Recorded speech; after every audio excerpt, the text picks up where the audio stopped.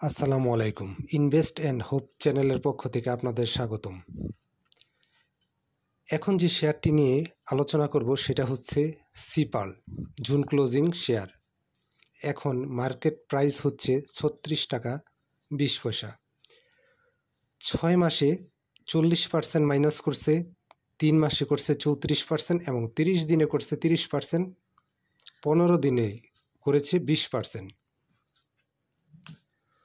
এই মুহূর্তে যারা এই শেয়ারটিকে অ্যাভারেজ করার চিন্তা করতেছেন বা নতুন করে এন্ট্রি নেওয়ার কথা ভাবতেছেন, তাদের ক্ষেত্রে আমার যেটা বলা যে এই মুহূর্তে অ্যাভারেজ এবং এন্ট্রি দুইটাই নেওয়া যাবে না।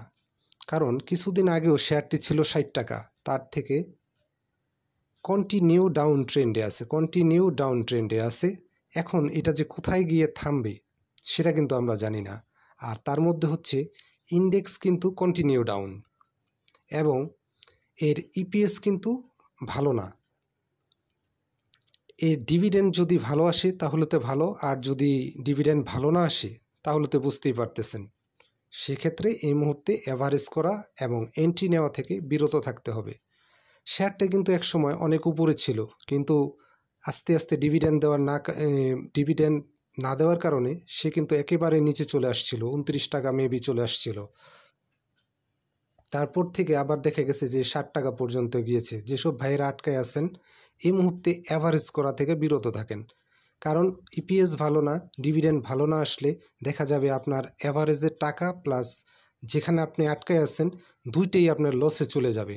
অ্যাভারেজ করে কোনো লাভ তো হবেই না, মাঝখান থেকে আপনি আরও বেশি লসে পড়ে যাবেন।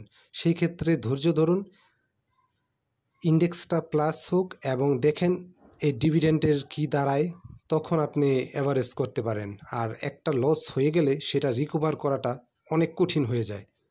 কারণ একটা শেয়ার আটকে গেলে সেটা পূর্বের অবস্থায় যেতে অনেক সময় নেই, সেক্ষেত্রে অ্যাভারেজ করা লাগে। কিন্তু এটা যখন ৬০ টাকা থেকে কন্টিনিউ ডাউনটে ছিল তখন স্টপ লস নেওয়াটা দরকার ছিল। অনেকেই হয়তো ভাবছেন যে না, এখান থেকে হয়তো বাউন্স ব্যাক করবে, কিন্তু সেটা করে নাই, একেবারে ডাউন ট্রেন্ডে চলে আসছে। কিন্তু এতে করে লসের পরিমাণ অনেক বেড়ে গেছে।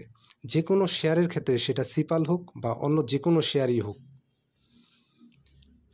সময় থাকতে বুঝে স্টপ লস নিতে হয়। কারণ স্টপ লস নিতে আপনার আমার সবারই নিজস্ব একটা কষ্টের টাকার একটা মায়া আছে, কিন্তু তারপরেও কিছু করার থাকে না। স্টপ লস যদি না নেন সেক্ষেত্রে বড় ধরনের লসের সম্মুখীন হতে হবে, যেটা আপনি রিকভার করতে পারবেন না।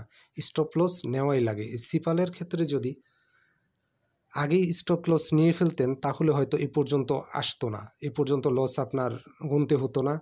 এখন দেখা গেছে অপেক্ষা করা ছাড়া আর কিছু নেই। ধন্যবাদ সবাইকে।